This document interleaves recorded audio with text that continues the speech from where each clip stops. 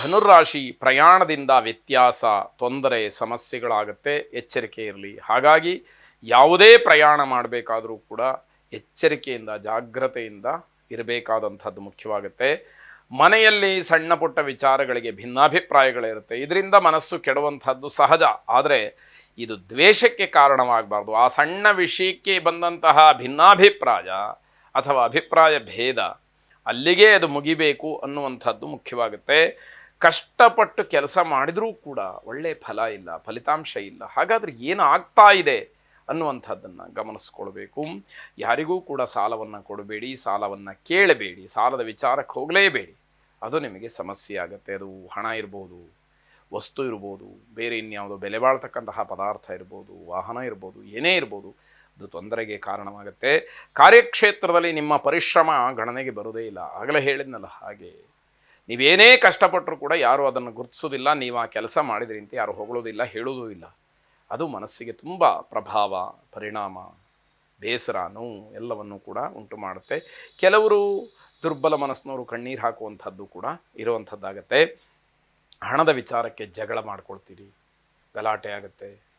ಇದನ್ನು ಗಮನಿಸ್ಕೊಳ್ಬೇಕು. ದುರ್ಗಾ ಪ್ರಾರ್ಥನೆಯನ್ನು ಮಾಡಿ, ಜಯಂತಿ ಮಂಗಲಾಕಾಲಿ ಭದ್ರಕಾಲಿ ಕಪಾಲಿನಿ ದುರ್ಗಾ ಕ್ಷಮಾ ಶಿವಾಧಾತ್ರಿ ಸ್ವಾಹಾ ಸ್ವಧಾ ನಮೋಸ್ತುತೆ ಎಂಬುದಾಗಿ 8 ಸಲ ಹೇಳ್ಕೊಳ್ಳಿ, ಶುಭವಾಗಿ. ಮಕರ ರಾಶಿ ನವವಿವಾಹಿತರಲ್ಲಿ ಕೌಟುಂಬಿಕವಾದಂತಹ ವಿಚಾರಕ್ಕೆ ಜಗಳವಾಗುತ್ತೆ, ಮನಸ್ತಾಪವಾಗುತ್ತೆ. ಸಾಂಸಾರಿಕವಾದಂತಹ ಬಿರುಕು ಉಂಟಾಗಲಿಕ್ಕೆ ನಿಧಾನವಾಗಿ ಪ್ರಾರಂಭವಾಗುತ್ತೆ. ಇದಕ್ಕೆ ಅವಕಾಶಗಳನ್ನು ಕೊಡಬೇಡಿ ಅಂತ ಅರ್ಥ. ಮನೆಯವರ ಯೋಗಕ್ಷೇಮದ ವಿಚಾರದಲ್ಲಿ ವ್ಯತ್ಯಾಸಗಳು, ಗೊಂದಲಗಳು ಆಗುವಂಥದ್ದು. ಆಯ್ಕೆ ಹೆಚ್ಚಾದಾಗ ಗೊಂದಲಕ್ಕೆ ಅವಕಾಶವಿರುತ್ತೆ. ಆದರೆ ಬುದ್ಧಿವಂತರು ಸರಿಯಾದಂತಹ ಆಯ್ಕೆಯನ್ನು ಮಾಡಬೇಕು ಅಂತ ಅರ್ಥ. ಸ್ಥಿರಾಸ್ತಿಗಳ ವಿಚಾರಕ್ಕೆ ಕಲಹ ಉಂಟಾಗ್ತಕ್ಕಂಥದ್ದು, ಜಗಳ ಆಗುವಂಥ ಸಾಧ್ಯತೆ. ಸಮಾಜ ಸೇವೆ ಮಾಡೋದಕ್ಕೆ ಮನಸ್ಸು ಬರ್ಬೋದು, ಅಥವಾ ನಮ್ಮಲ್ಲಿರುವಂಥದ್ದನ್ನು ಸಮಾಜಕ್ಕೆ ನಾವು ಅರ್ಪಣೆ ಮಾಡಬೇಕು, ಯಾವುದೋ ಒಂದು ಒಳ್ಳೆಯ ಕೆಲಸಕ್ಕೆ ಅದನ್ನು ಕೊಡಬೇಕು ಅನ್ನುವಂತಹ ಭಾವನೆ ಮನಸ್ಸಿಗೆ ಬರುವ ಸಾಧ್ಯತೆಗಳು ಇರುತ್ತೆ. ವ್ಯಾವಹಾರಿಕವಾಗಿ ನಿಮ್ಮ ಯೋಜನೆಗಳನ್ನು ಬದಲಾವಣೆ ಮಾಡಿಕೊಳ್ಳಿ, ಆಗ ನಿಮಗೆ ಲಾಭ ಇರುವಂಥದ್ದು. ಹಿರಿಯರ ಮಾರ್ಗದರ್ಶನ ಆಗಲಿ, ಮಾತಾಗಲಿ ಯಾವುದೂ ಕೂಡ ಫಲಿಸೋದಿಲ್ಲ. ಯಾವುದೂ ನಿಮಗೆ ಇಷ್ಟ ಆಗೋದಿಲ್ಲ. ಅವರು ಒಳ್ಳೆಯದಾಗಲಿ ಅಂತ ಹೇಳಿರ್ತಾರೆ, ಆದರೆ ನಿಮಗೆ ಅದು ಇಷ್ಟ ಆಗದೇ ಇರತಕ್ಕಂಥದ್ದು.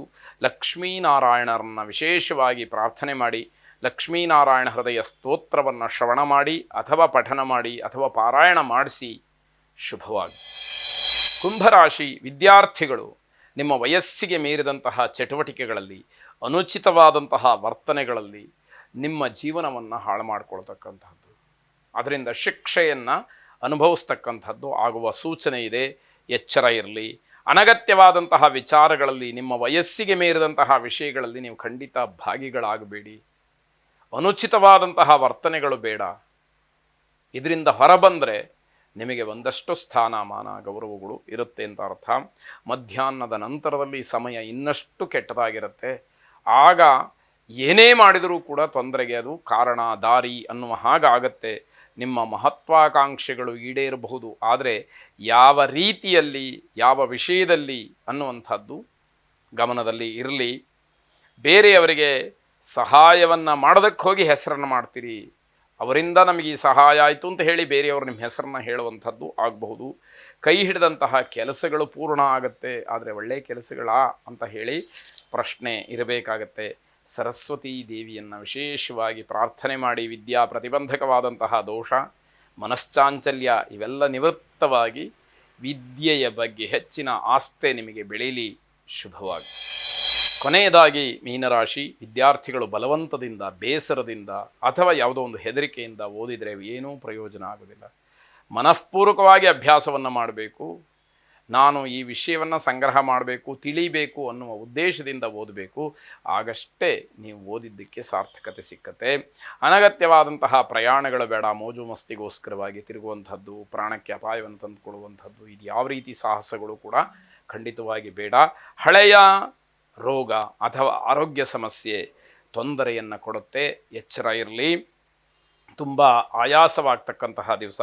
ಶೀತ ಸಂಬಂಧವಾದಂತಹ ಆರೋಗ್ಯ ಸಮಸ್ಯೆಯಿಂದಲೂ ಕೂಡ ನಿಮಗೆ ಬೇರೆಲ್ಲ ಕೆಲಸಗಳಿಗೆ ತೊಂದರೆಗಳು ಆಗುತ್ತೆ ಅಂತ ಅರ್ಥ. ತಂದೆ ತಾಯಿಯ ಜೊತೆಯಲ್ಲಿ ಹಿರೀಕರ ಜೊತೆಯಲ್ಲಿ ವಾದ ವಿವಾದಗಳನ್ನು ಮಾಡಿಕೊಳ್ಬೇಡಿ, ವಾದಕ್ಕಿಳಿಬೇಡಿ. ಅವರ ಮಾತನ್ನು ಆಜ್ಞಾ ಅಂತ ಹೇಳಿ ಭಾವಿಸಿ ಅದನ್ನು ಪಾಲಿಸಿ. ಆಗ ನಿಮಗೆ ಯಶಸ್ಸಿನ ದಾರಿ ತೆಗೆದುಕೊಳ್ತಕ್ಕಂತಹದ್ದು. ಮಹಾಮೃತ್ಯುಂಜಯನನ್ನು ಪ್ರಾರ್ಥನೆ ಮಾಡಿ. ರುದ್ರಂ ಪಶುಪತಿಂ ಸ್ಥಾಣುಂ ಶ್ರೀಕಂಠಂಚ ಉಮಾಪತಿಂ ನಮಾಮಿ ಶಿರಸಾ ದೇವಂ ಕಿನ್ನೋ ಮೃತ್ಯು ಕರಿಷ್ಯತಿ ಎಂಬುದಾಗಿ 28 ಸಲ ಹೇಳಿಕೊಳ್ಳಿ. ಶುಭವಾಗಿ.